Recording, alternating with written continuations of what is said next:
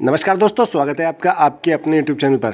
साथियों, सिस्टम ने अपने उपलब्ध विकल्पों में कोई नया बदलाव नहीं किया और न ही किसी नए विकल्प को जोड़ा है। और बात जहां नए अपडेट किए तो वहां पर भी सिस्टम ने कोई नया बदलाव नहीं किया है। अब सिस्टम की पल्लवाइन साइट पल्लवाइन.com अभी भी बंद है और उसके पुनः शुरू होने को लेकर सिस्टम की ओर से कोई ऑफिशियली जैसे हम आधिकारिक जानकारी नहीं दी गई है। तो जितने हमारे साथी पूछते हैं पल्लवाइन की साइट के बारे में कि साइट कब शुरू होगी, तो उन्हें एक अनिश्चित समय तक के लिए इंतजार करना पड़ सकता है। और यही हाल पल्लवाइन की एप्लीकेशन का भी है। हालांकि इतनी महत्वपूर्ण नहीं है पल्लवाइन की एप्लीकेशन, लेकिन अगर साइट शुरू होती है तो एप्लीकेशन को भी शुरू करने का प्रयास कर सकता है सिस्टम।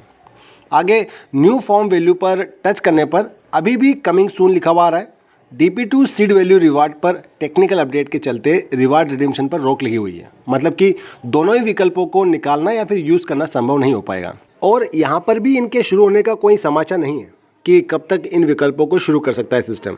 देखिए, इसी में आगे आप ट्रांजैक्शन पेज से PVC मेटा टोकन को अधिकतम और न्यूनतम एक टोकन की शर्त के साथ ट्रस्ट वॉलेट में ट्रांसफ़र कर सकते हैं। हर ट्रांजैक्शन पर BNB नेटवर्क फीस के रूप में चार्ज की जाएगी और 48 आवर्स यानी कि 48 घंटों का समय लग सकता है टोकन को आपके ट्रस्ट वॉलेट में दिखाई देने के लिए। कभी कभी ये समय 4 से 5 दिन का समय भी ले सकता है। दोस्तों, टोकन फार्मिंग रिवार्ड की वैल्यू 10 BUSD या उससे अधिक होने पर आप उसे रिडीम कर सकते हैं। टोकन फार्मिंग 50 BUSD मूल्य के PVC मेटा टोकन के साथ की जा सकती है। और जहां आप सवाल पूछते हैं कि टोकन फार्मिंग सही रहेगा या सीड फंडिंग सही रहेगा, तो देखिए, यदि आप नेटवर्क बनाकर टीम बनाकर काम करते हैं तो आपके लिए टोकन फार्मिंग सही है। मतलब आप कम टोकन से बिना रेफरल के आप टोकन फार्मिंग करेंगे तो उसकी तुलना में रेफरल से यानी कि टीम बनाकर काम करना ज़्यादा लाभदायक रहेगा। दोस्तों, ब्लॉक हुई आइडियों से सीड वैल्यू पर लगाई गई जो डीपियाँ थी, अभी भी वो डीपीओ के जो रिवार्ड हैं वो सीड वैल्यू पर नहीं दिखाए जा रहे हैं। तो ये तो बात हुई हमारे ट्रांजैक्शन पेज की। दोस्तों, जो एक बड़ा कन्फ्यूजन होता है कि हम टोकन विड्रॉल करते हैं दिखाई नहीं देते हैं, या फिर PVC-meta.io और PVC-meta.com, यहाँ पर बड़ा कन्फ्यूजन होता है। तो देखिए, PVC-meta.io और PVC-meta.com ये दो साइट्स है जहाँ पर PVC मेटा टोकन्स का लेन देन होता है। तो PVC-meta.io जहाँ पर हम सीड फंडिंग करते हैं, अपनी सीड फंडिंग के reward, day to day transaction, total मिलने वाले टोकन्स के बारे में जानकारी प्राप्त कर सकते हैं और अपने टोकन्स को निकाल भी सकते हैं। पहले शुरुआती दौर में यहीं से टोकन ट्रस्ट वॉलेट में ट्रांसफ़र किए जाते थे, जहां पर ट्रांसफ़र किए गए टोकन्स का 0.5% टोकन फ़ी के रूप में काटा जाता था। लेकिन आजकल 24 घंटे में 1 से लेकर 5 टोकन तक यूज़र वॉलेट में ट्रांसफ़र कर सकते हैं। अब अगेन मैं यहाँ पर यूज़र वॉलेट कह रहा हूँ, न कि ट्रस्ट वॉलेट। जैसा कि कन्फ्यूजन होता है कि हमने स्टेकिंग से अपने PVC मेटा टोकन विड्रॉल किए हैं, लेकिन 4 दिन हो गए, 5 दिन हो गए, हमारे टोकन ट्रस्ट वॉलेट में नहीं आए। तो दोस्तों, यदि आप अपने स्टेकिंग पेज से PVC मेटा टोकन विड्रॉल करेंगे तो वो आपके यूज़र वॉलेट में जाएंगे।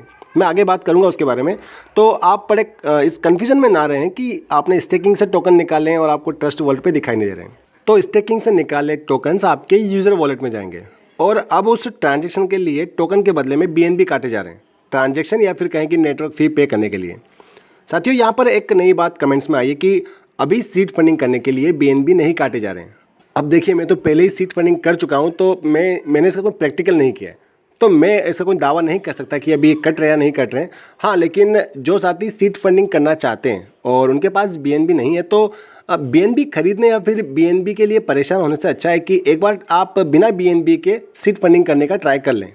तो हो सकता है कि ये बात सच निकले तो आप बेवजह भागादौड़ी से बच जाएंगे, अतिरिक्त खर्चे से बच जाएंगे, साथ में आपका कीमती समय भी बच जाएगा। और यदि आपके ग्रुप में, आपकी टीम में ऐसे कोई सीड फंडिंग के ट्रांजैक्शन हुए हैं जहां पर BNB कटी नहीं है और उसके बिना ही सीड फंडिंग हो गई है, तो प्लीज़ आप हमें कमेंट करके बताइएगा, मैसेज कीजिएगा, ताकि ये बात दूसरों तक भी पहुँचा सकें।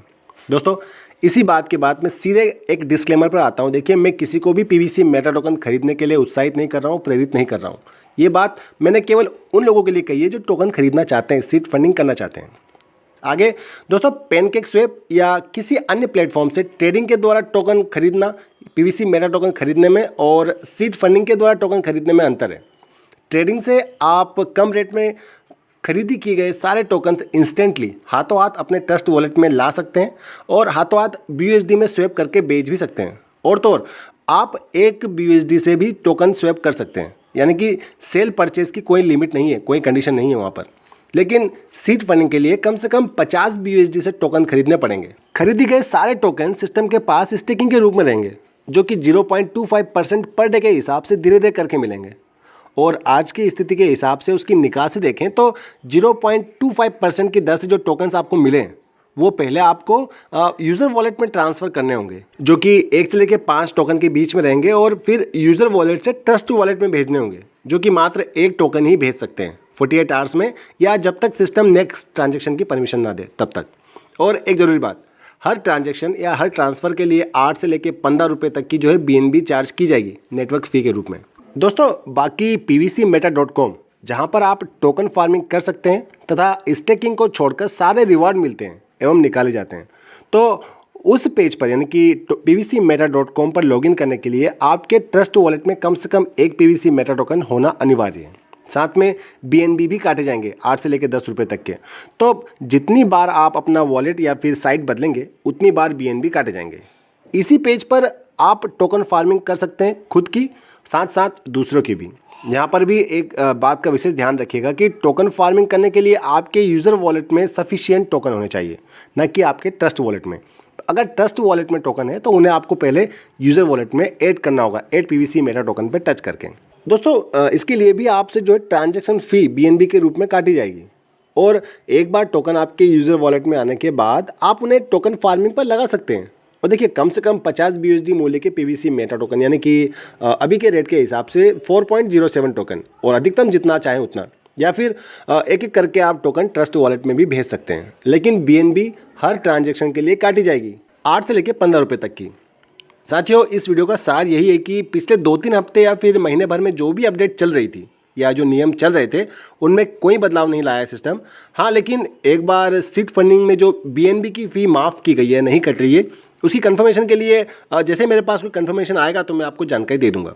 हो सकता है कि आप में से बहुत से साथी ये बात कहें कि नया क्या बताया।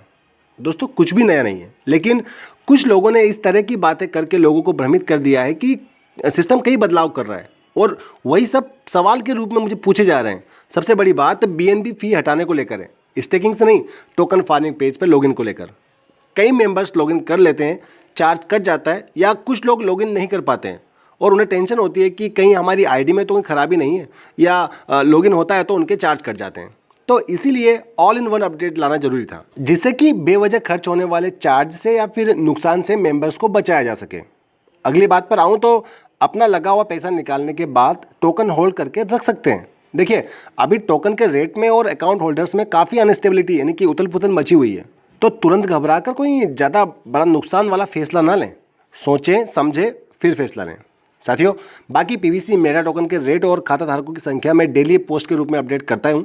वहाँ पर कम्युनिटी टैब में जाकर आप डेली जो टोकन का रेट है वहाँ जान सकते हैं। देखिए कुछ नई अपडेट आएगी तो बिल्कुल मैं आपको जानकारी वीडियो के रूप में लाकर दे दूंगा। अभी के इस वीडियो में इतना ही है। वीडियो लाइक शेयर और चैनल को सब्सक्राइब जरूर कर लीजिएगा।